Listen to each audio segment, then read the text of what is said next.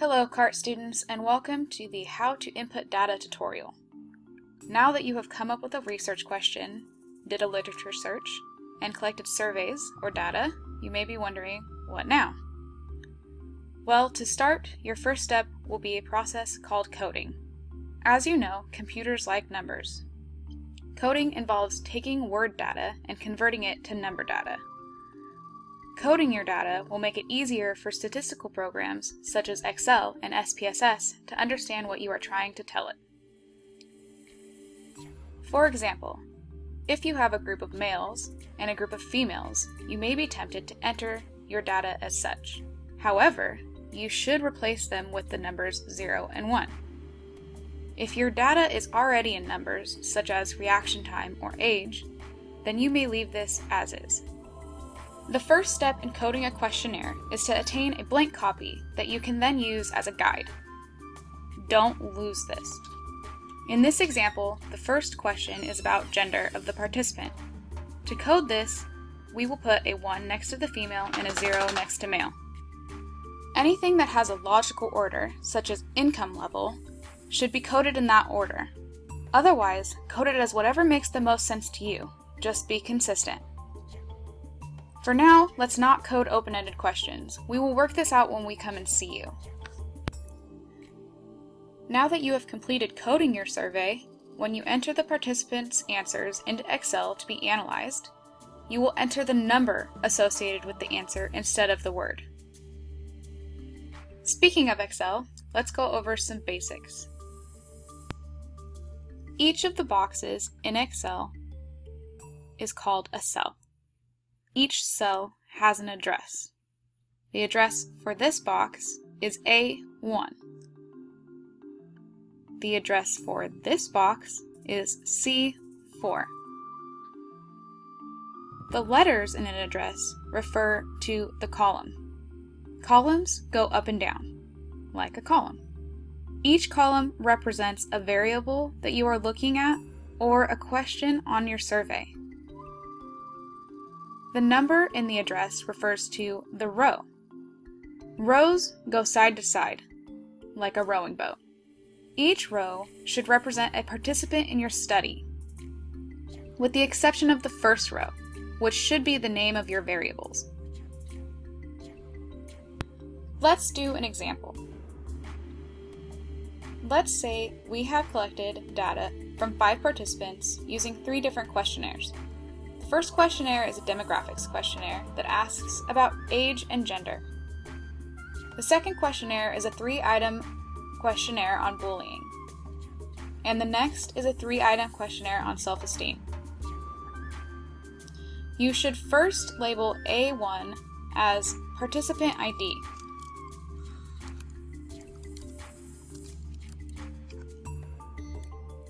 Then you can go across the first row and label each cell with an associated question. So, the first question is about age. We will label B1 as age. The second question is about gender. We will label C1 as gender. We will go ahead and label the first question on the bullying questionnaire B1.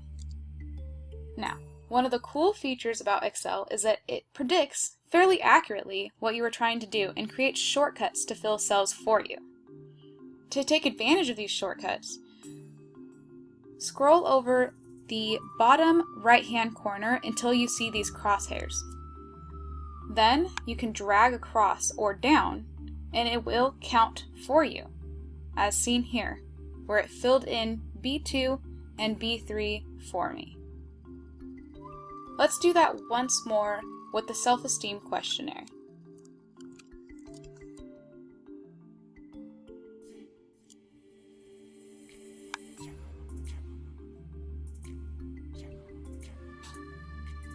Now, we will take advantage of that same shortcut while counting out our participants.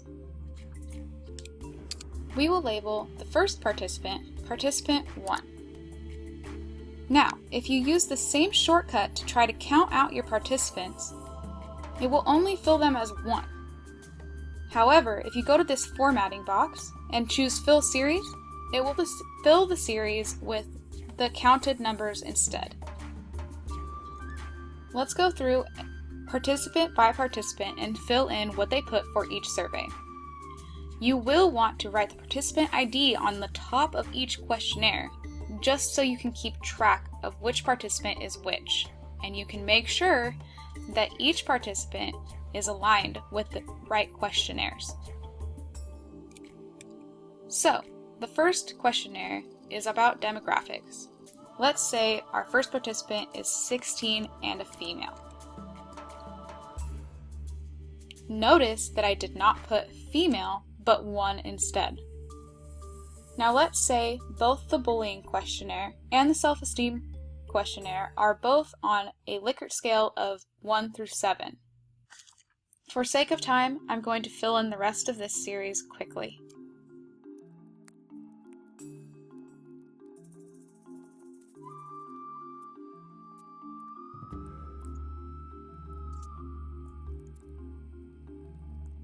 Great, now we have a full set of data.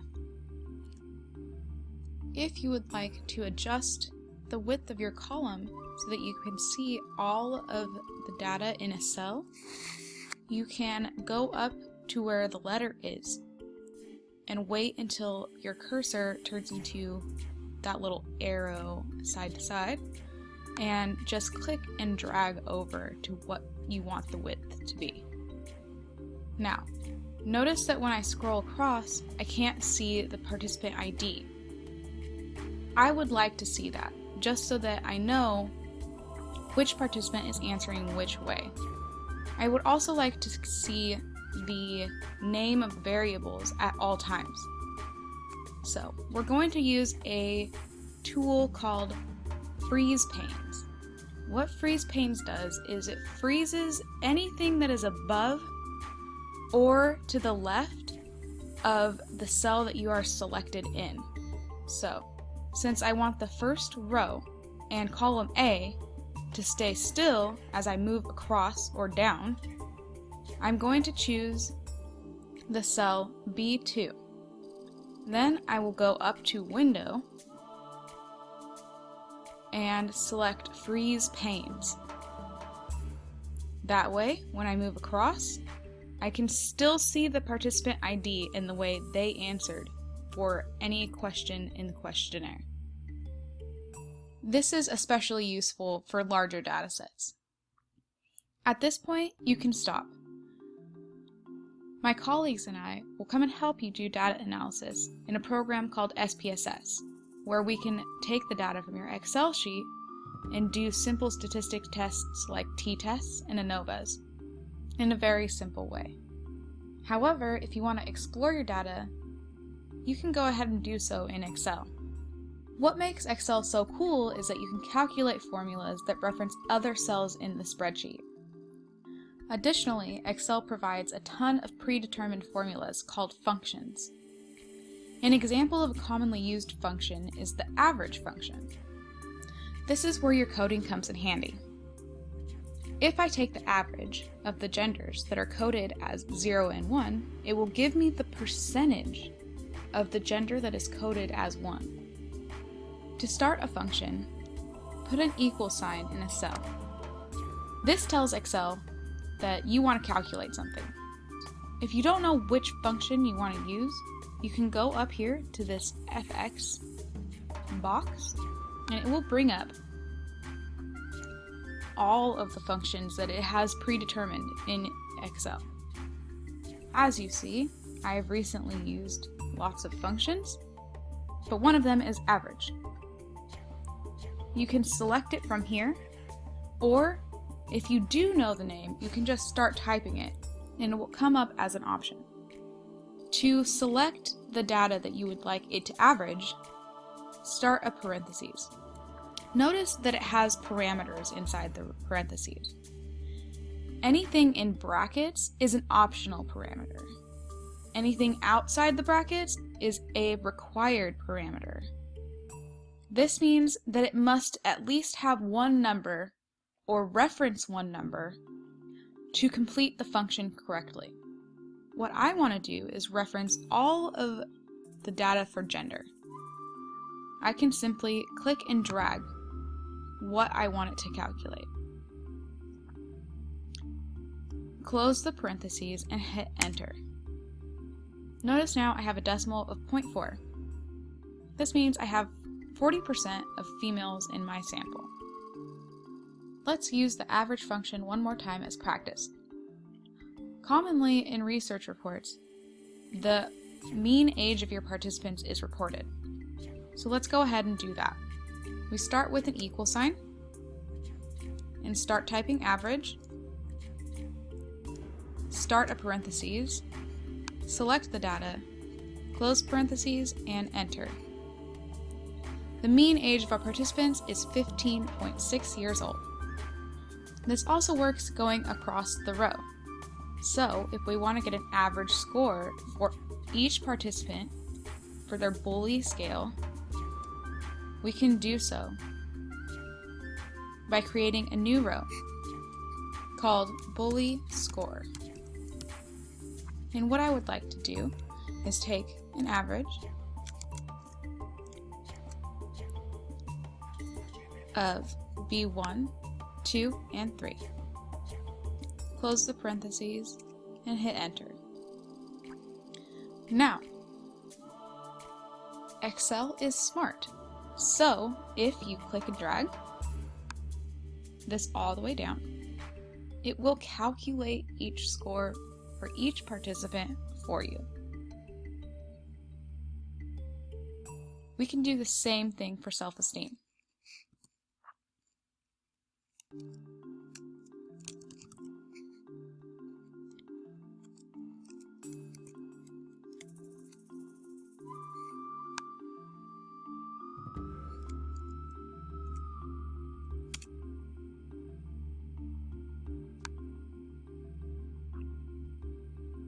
Now, if something changes in the dataset, Excel does know that if a formula is referencing that, it should change as well.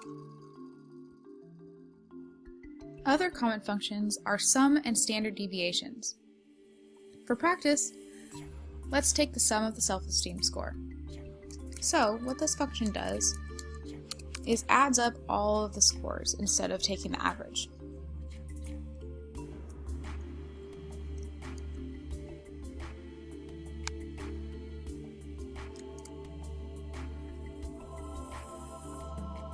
Notice again, I can drag and drop.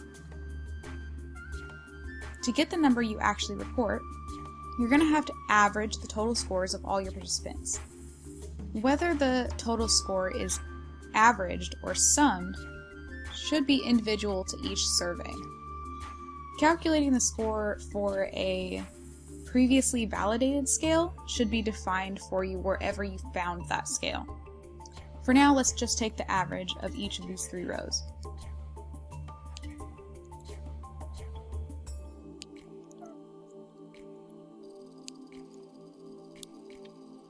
Now, to take the standard deviation, which is also commonly reported, you again start with an equals.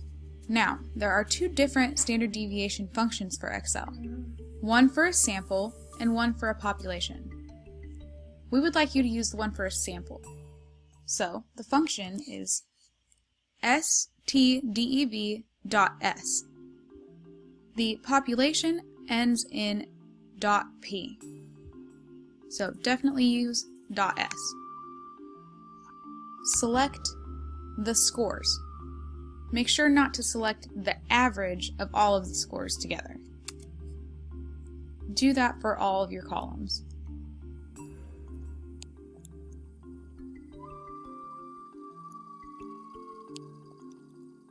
Great! This is pretty advanced stuff. Now that you've gotten this far, you can go ahead and stop. Any subsequent analysis can be done with us. We would like to thank you for doing this in advance, and we look forward to meeting you all when you've finished this step in your data analysis. Thank you for your time.